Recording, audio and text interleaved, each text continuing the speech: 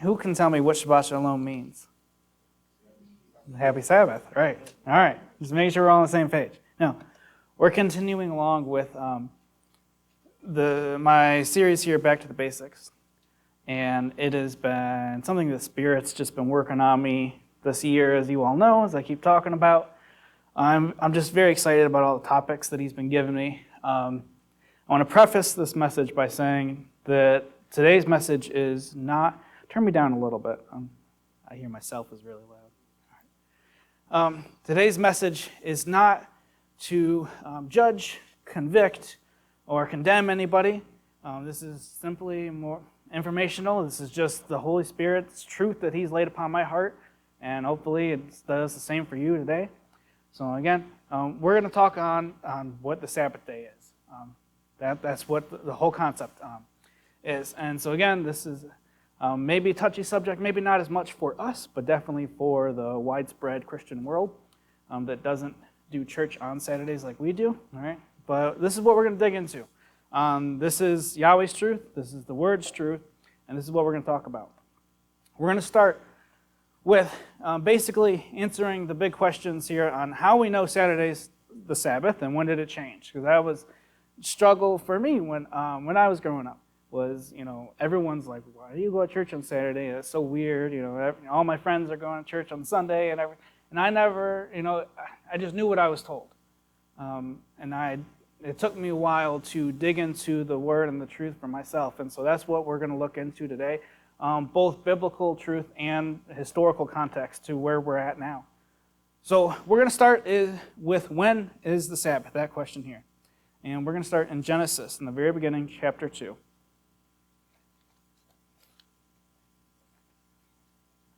The very beginning of Scripture here. We're going to do Genesis chapter 2. I'm just going to read verses 2 and 3. It says, on the seventh day, Yahweh ended his work, which he had done, and he rested on the seventh day from all of his work from which he had done. And Yahweh blessed the seventh day and sanctified it, because in it he rested from all his work which he had created and made. So, this is what essentially gives us our week, right? Our 7-day week is what Yahweh did. Now, he spent 6 days creating, and it says on the seventh day is when he rested. And it says that he sanctified it, right? He made it holy. And so that's what the Sabbath is. It is a time of holy rest for him. Any calendar you look at will show you that Sunday is which day of the week? The first day of the week. And Saturday is the last day, all right? So it's the 7th. So that's where we end up here. It's pretty straightforward in and of itself, that the Saturday is the 7th day of the week, according to our calendar. And so that is the day that Yahweh sanctified. Yahweh set aside, that he is blessed, and he's made holy. And it's a very simple concept. Can we agree? Right? Sunday's the first day, Saturday's the 7th. That's about all there is to it. But why it's so special is reaffirmed in the Ten Commandments. In Exodus 20, we're going to end up coming back to Exodus a couple times today. But Exodus 20, I'm just going to read the verses on it. This is in the middle of the Ten Commandments, verses 8 through 11. It says, remember the Sabbath day. So the 7th day is the Sabbath day, and keep it holy. 6 days you shall labor and do all your work. But the 7th day is the Sabbath of Yahweh your Elohim, and in it you shall do no work. You, nor your son, nor your daughter, nor your male servant, nor your female servant, nor your cattle, nor your stranger who is within your gates. For in 6 days Yahweh made the heavens and the earth, the sea and all in them, and rested on the Sabbath day. Therefore Yahweh blessed the Sabbath day and holiday. He made it holy. So again, that's it. That's the crux of why we do church on Sabbath. We're, of course, going to dig into it a little deeper, but this is our baseline here. That Saturday it's set apart. It is a special day for us. And it's like we see here, right, in the Ten Commandments. And it's very clear wording to me that the 7th day is the Sabbath. We won't dig into what work means, but we talked about, Andrew's talked about that before, and on Pharisee law. But it's supposed to be set apart. It's a special day, not unlike certain feast days, right? Because like your first day of the feast is a holy day, right? And it's not unlike that. But it's a day specifically for us where we are to focus on Yahweh.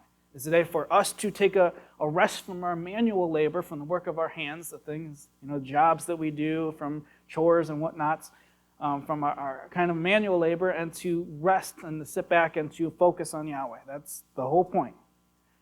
I know a lot of this is probably review for you, stuff that you've heard a million times, but I feel like this is important that we bring it back to the forefront of our mind. Spend time with Yahweh daily. All right? We should all be doing that regardless. But the Sabbath is exclusively and especially for Him. A little less important is that the Jewish days where they did sunset, the sunset was their day. So how they did it was that sundown on Friday night started the Sabbath and sundown Saturday night ended the Sabbath. Because we're maybe a little different today, but that's how they did it traditionally. And they also get that from Genesis as well, if you want to dig into that. Most believers agree on a Sabbath. Right? Most Christians believe on having a rest day, on your church day, right? Whatever they want to call it. But as we know that most people don't agree on what day it is. So we're going to go take a history lesson here and talk about when the Sabbath changed. And so this is not me just pouring out empty words. I've got a lot of history examples here that you can feel free to dig into for yourself if you have questions. We can talk about it later. But we're going to start here with 2 Corinthians chapter 11.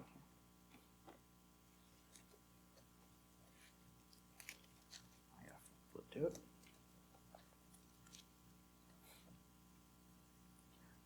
And we're actually going to read verses 10 through 15. So this is Paul here, and it says, "As the truth of Yeshua is in me, no one shall stop me from boasting in the regions of Achaia. I'm not going to say it right. Why? Because I do not love you? Yahweh knows. But what I do, I will also continue to do, that I may cut off the opportunity from those who desire an opportunity to be regarded just as we are in the things of which they boast. For such are false prophets, deceitful workers, transforming them into the apostles of Yeshua. No wonder, for Satan himself transforms himself into an angel of light. Therefore it is no great thing if his ministers also transform themselves into ministers of righteousness, whose end will be according to their works." It's a lot of words to say that these verses are Paul's warning against believers, or for believers, against heretical teachers. You can dig into the history a little more. I'm going to give you kind of a brief overview today. But what was happened was that there were a lot of so-called ministers and apostles who started coming up after Yeshua's ascension back to heaven that started teaching falsely. They got into a lot of heresy. And part of that is just culture, and being blended with the Roman culture at the time and just other groups around them. And so they started mixing cultures together with Yahweh's word. And so you have these people who rose up and started talking about things that were not true. And so that's what Paul's warning is to people. And that's my warning to you today. It's the stuff that I've been talking about lately, right? That's what I talked about last month, was about false teachers and understanding what you were hearing, what we're reading, and what you're being taught. And to know it for yourself and not just believe things at face value. Oh, many of these so-called apostles, teachers, began leading people astray. And over time, we're talking decades turning into centuries, it led to Jews being falsely accused of a lot of different things that happened, and which ultimately started their persecution by the Romans. All right? How many of you all know about Jewish persecution at the hands of the Romans, right? The things that they went through, being used in the Colosseum and being tortured and everything else that they went through. And a lot of that was stemmed from these differences. Them still being seen as those people over there. And a lot of their heresy teachings ended up coming back in a bad way, to the point where the Jewish people as a whole were being blamed for things that were not true. So skip forward a couple hundred years from Yeshua's time, in the year 300s, that century there, Emperor Constantine made Christianity an accepted religion. I don't know if any of you know the story from history. He was a Roman emperor, and he claimed he had a vision from Yahweh, and ultimately made Christianity more widespread and accepted, which was a good thing in and of itself. But the problem came about where Constantine did the same thing. He walked that line between Christianity and mixing with other religions. So he couldn't leave behind his past and what he was raised on, and so he blended cultures together once again. For a big example here is that he changed the Passover to Easter and mixed it with his own pagan customs and cultures. And so that's where that came about there, was from him. The other thing that he did was, the other reason is that he did this to separate from the troublesome Jews. And so he changed everything about that was theirs and turned it into something different, but corrupted it in the process. All of this has also paved the way for the Roman Catholic Church to rise to power. It was not their start during this time. They were around before then as a kind of a sect of the church. But it was Constantine's changing of things that gave them a lot more power and to really what we know today. And you can read it for history. It's what caused your Eastern-Western schism in the Catholic Church, and how you had your more traditional Orthodox Jews, and then you had the Roman Catholic Church rising on the other side. And all of this really stems, again, from Constantine. Finally, the biggest point for Constantine is that he was a huge worshiper of the sun, S-U-N. And so that was pretty common for Roman times. He worshipped the sun. And he is the one who officially changed the Sabbath to Sunday. And that is why. It's what he did. All of this, again, was embraced and embellished and built on by the Roman Catholic Church, which is where we get a lot of differences. The key point here, there is absolutely no biblical evidence for anything that Constantine did. There's no biblical evidence that changes Yahweh's holy Sabbath day from Saturday to Sunday. The only evidence we find, and that you will find, I promise you if you dig into it for yourself, the only evidence you'll find is that of man. And that's the problem. Again, we're not judging anyone today. I'm not condemning anybody here. But I want you to better understand the truth. And I hope that you take the time to look into these things for yourself and verify my words. Because I've done my research. But I want you to do it, to know for yourself that what I'm telling you is true. So that's where we get this change from Yahweh's holy, sanctified, set-apart Sabbath day to Sunday. That's where it came about. And it's obviously continued through to the ages. And I know a lot of people. I've been friends with a lot of people who go to church on Sunday. Again, I'm not judging any of them. But I want you to understand the truth. So this kind of leads me to my last super long final point, which is why we still keep the Sabbath. Why it's still so important. Despite all the history, a lot of people go to church on Sunday just because for them it's become tradition. It's become what they're used to. It's just, oh, well, my parents did it, my friends all do it, whatever. All the, pastor I know says it's fine, it doesn't matter. Who really cares when I do it? So we're going to get into a little bit on, at least for me, why I still keep the Sabbath, and well, really why we do, right? So we're going to talk about a couple common arguments that I've heard. And one of the biggest ones, and Naomi next, and I were talking about this yesterday, is that it doesn't matter what day it is as long as I take a rest day. That's in quotations, right? I don't know if you've ever been told this before, heard people say this before, but I know I've heard it before, saying, oh, it doesn't really matter what day it is as long as I take a Sabbath, as long as I take a rest day, it doesn't matter. The most obvious reasoning against this is you go back to Exodus 20, right? You go back to the beginning, or look back at the Ten Commandments, go back to Genesis where it says, on the seventh day. To me, that can't be any more clear from Yahweh. That that is a command from Yahweh. That is not just a suggestion in Exodus. These are part of his 10 commandments. These are the laws that he gave us to follow. And we'll get into the law in just a second here. But that's what he gave us, and that is not a suggestion.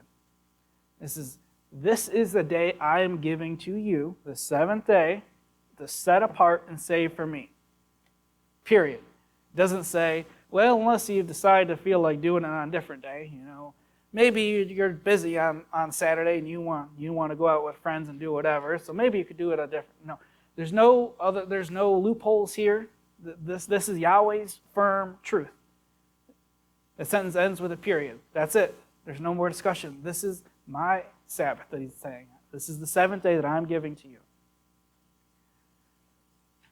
That is the time that we need to be setting aside from Yahweh.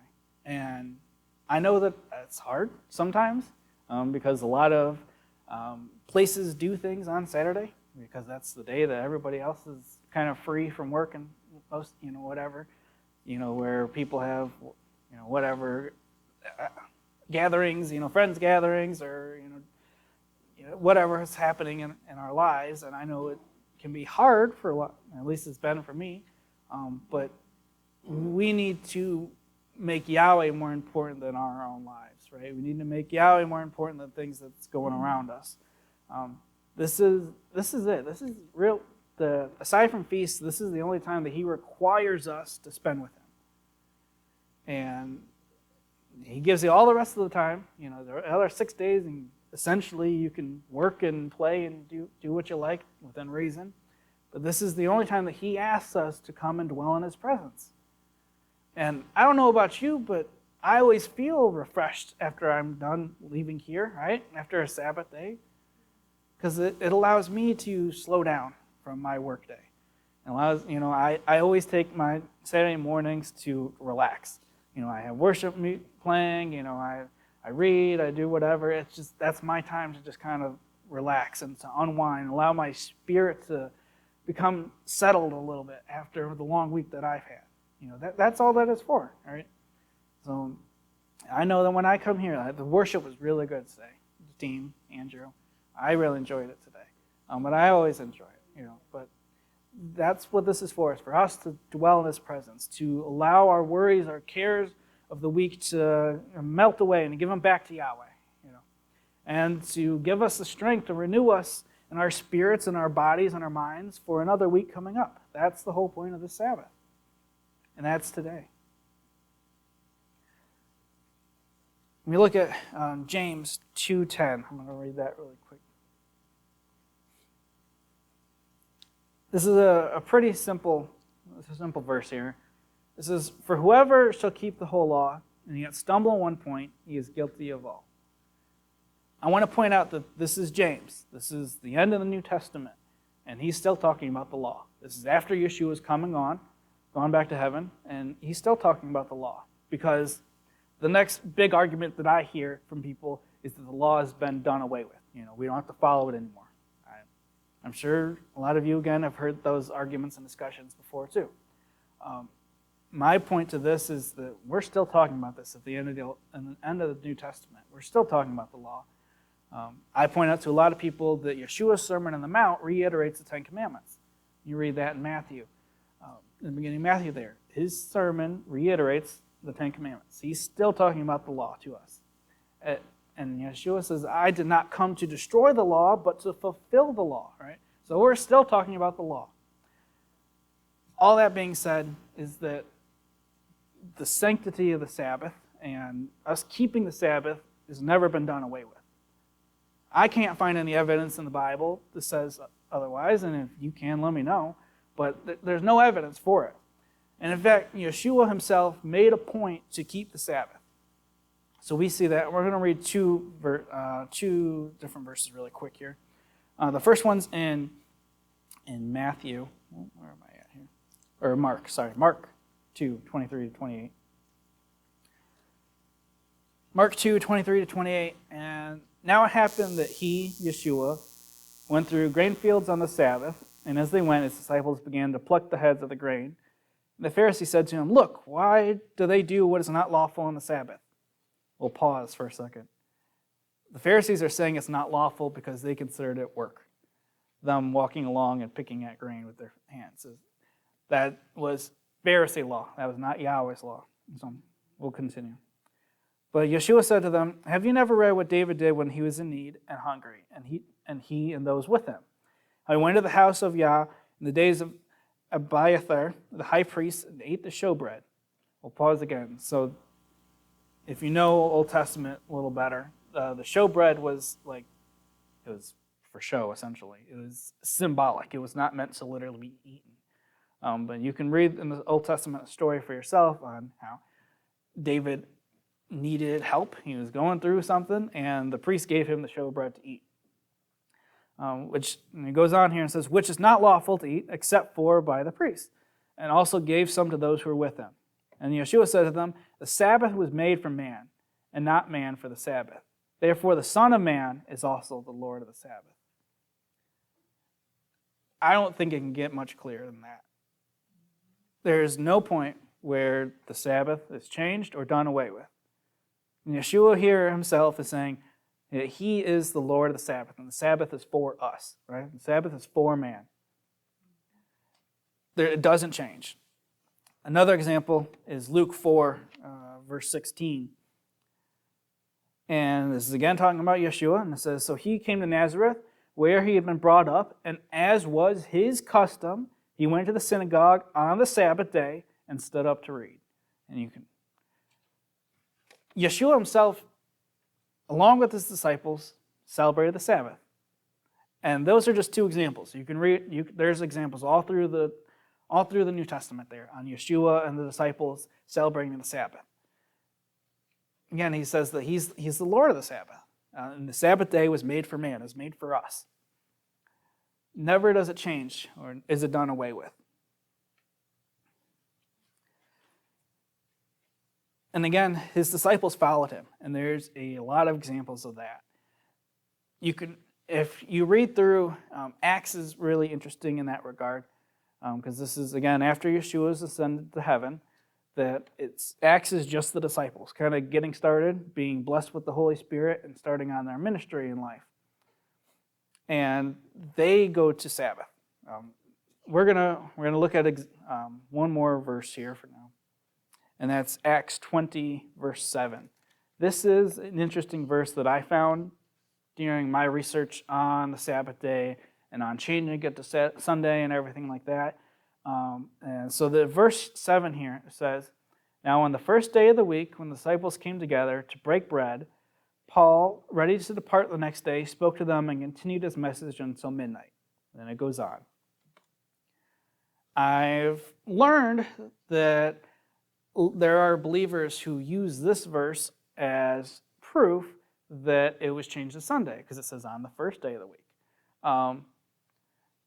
There's no evidence for it. In Acts, it's very explicit when they talk about the first day of the week being Sunday, and Saturday that is always referred to as the Sabbath. There's always a clear distinction between the two.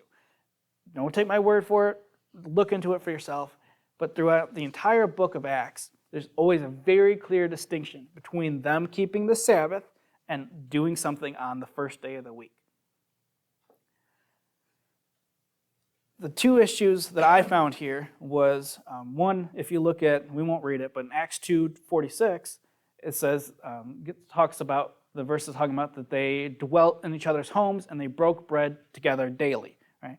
So that phrase there, breaking bread, did not equate to having, any sort of Sabbath service, Sabbath meal, or anything like that.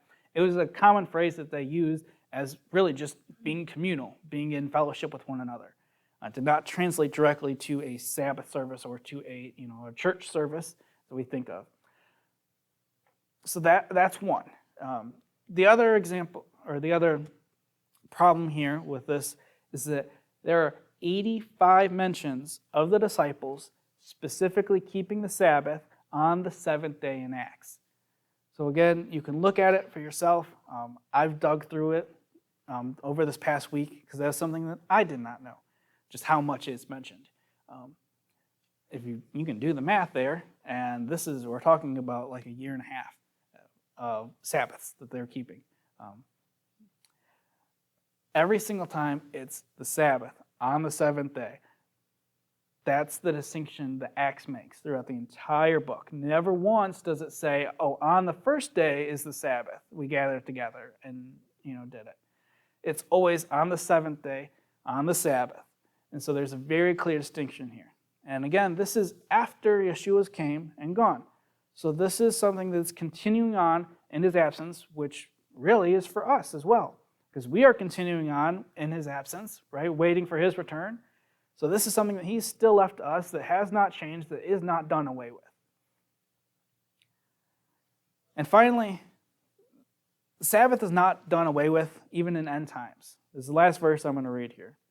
This is Isaiah chapter 66, so the very, very end of Isaiah here. I'm going to flip to it.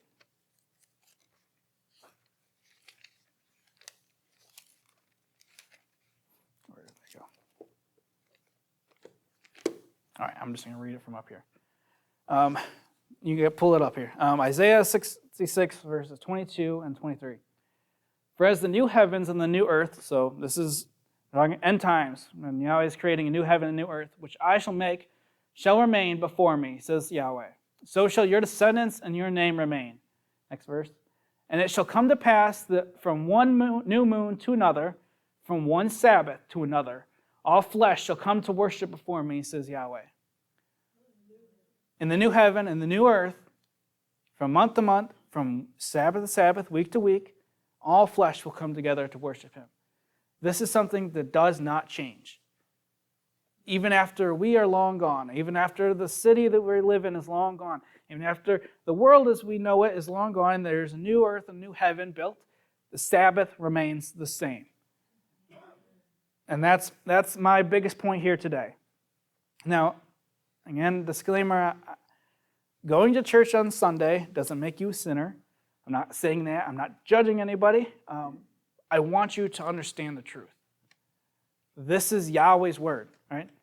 Isn't that what Stuart was talking about? This is the word, right? These are his words. Listen, hear these words. This is what Yahweh is telling me. This is what I'm telling to you.